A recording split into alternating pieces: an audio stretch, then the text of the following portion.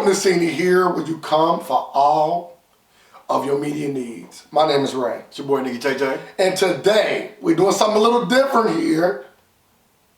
Well, you know what's going on out there. It's bad out there. Quarantining is going on. People were... We almost stopped this review.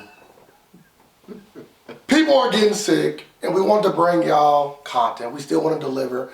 So we are trying to give y'all movies on platforms that you can watch and enjoy at home. And today we're reviewing The Occupant. Directed by David and Alex Pastor, starring Javier Gutierrez. The Occupant is a film about a man who loses pretty much everything, almost everything. He loses his job, he loses his home, and his family is forced to move in order to make the ends meet. And then it's a bit of a journey for him to get back to things that matter most. Again, this is a film that is on the top 10 watched or currently watching in the US for Netflix. So this was an easy click to see what was going on. Why are people watching The Occupant? And I can say after seeing it, I know why. Because we are getting a fun ride. We are getting, finally, we're getting the good guy winning in a movie. And sometimes you need that. Sometimes you need the good guy to actually win. The guy that you are rooting for from the start gets what he, deserves, hopefully by the end. And it's good to get that, The Occupant. It's like rooting for Joe and you, right? Yeah, absolutely. The good guy, right? No, that's what we call him. I like him a little bit more than Joe. Really? Yeah, Joe was. That's wild. Joe was crazy. That's wild. This guy was very rational. I like Joe way better. I like Joe because he can admit that he's crazy. Those are the kind of people I can deal with. So you saying this guy was crazy? I'm saying that this guy was illogical. I thought it all made sense. I thought it all made sense. I mean, sometimes people choose their wife and their child. Other people, they choose somebody else's wife and child. I mean, that's just the way the world works. And The Occupant, it shows you that.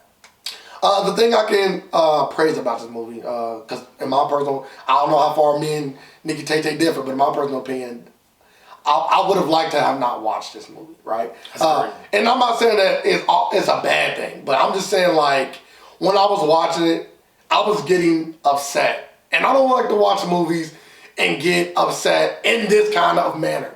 In other movies, like 12 Years of Slavery, that's different, right? But in a movie like this, where I am being mad at the decisions that the person we are watching on the screen is taking, that is where I draw the line. Especially in movies like this, I love logical decisions. I love logical decisions, and this movie did not fall into those parameters. It was a lot of illogical decisions.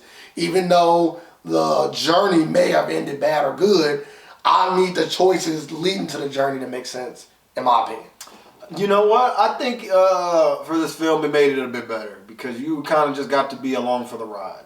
And I appreciate that. I appreciate the not knowing why something was happening, where it was going, but just being thoroughly entertained and just watching it all play out. This movie was really good. I thought the cinematography was really strong considering the budget. I was like, wow, this got some great shots. It did. Very artsy shots, the way it was set up. And this was another film that was also dubbed. They did a better job than this. A lot better. Yeah. A lot better. I didn't notice it as much. It felt natural. The English actors still conveyed very well the emotion. But I'll probably go back and watch it in Spanish. This is one I probably will, just to get that that rage in parts. Great movie. I liked it. I liked it a lot, and I was happy most of the people in the world were watching this because I probably wouldn't have noticed it.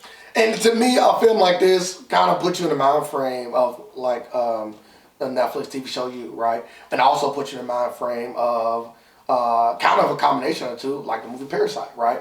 But just like the movie Parasite, in which was a ride where every decision wasn't logical. Not every decision.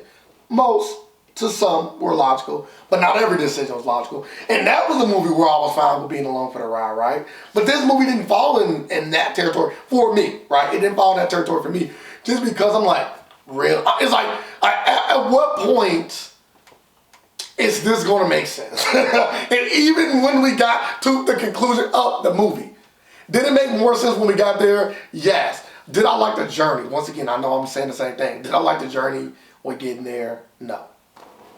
Sure. For me, I would give The Occupant an 8.2. I liked it. I liked it a lot. I liked it more than Platform. Way more than me. I liked it more than Platform. Really? Just because it's different. They both are different. They are both different. But the setup of this film was different than the usual, right? I mean, and I hate spoiling films, but we usually get, a movie about a guy who we relate to. You don't have to spoil it if you hate spoiling. Yeah, I hate it. We usually get a movie about a guy who we relate to, and he goes through these things, and it's like, yeah, I expected it. And at the end, it's like, yeah, that's just about what I thought. Before you even, see the movie or think about other movies, it is what you just expect. This film, just the character and everything he did, and by the time it gets to the end, it's like, wow, you're keeping it this way? Okay, I'm here for that. I'm here for something that subverts my expectations every time. For me, this movie is a Netflix movie I think you can pass. That's on. correct. I do think that this is a Netflix movie you can pass on. So we always like to say anything above a 5 is watchable. So this movie's not a 5. I'm not going to disrespect this movie. The cinematography and the acting alone has to give this movie more than a 5. The plot is also good. It really just comes down to the writing because of the decision making and the writing go alongside with each other. And that was my biggest crux of this movie was the decision making and the writing, right? So I'll probably have to give this movie a 6.5. Yeah, I'm nowhere near what you are with this movie. Not even close. Like I said, the reason why you will watch this movie is because you are quarantined and are trying to figure out things to watch. That's crazy. On Netflix. That's crazy. And like you said, this is top 10. If I wasn't quarantined, I would love to watch this movie. I mean, I'm not. I'm quarantined and I'm forced to probably watch movies that I normally wouldn't. And I probably would have not even watched this with you if I wasn't forced to be in that particular room at that particular time. I would have left. I attempted to leave by half listening to this movie. That's how out of it I got to the point of being. So you missed it. You missed a good movie. Well, I'll still listen to the rest of it. I think you might have missed it. No. The six list you gave doesn't speak to the quality of film that we received. That you received. But like I said, it's still a movie that is watchable. It's just not a movie that I can jive with because of how stupid, because of the stupid decisions that was made in this movie and how it played out. I like my people to be more like Joe from You. You know what I mean? Or, I do. He did it better than him though. Not really. Because Joe, to me, got to the point to where it was a little bit more realistic. And in this movie, they take the liberty of the movie magic and which things did not play out, maybe how it might have played out in real life.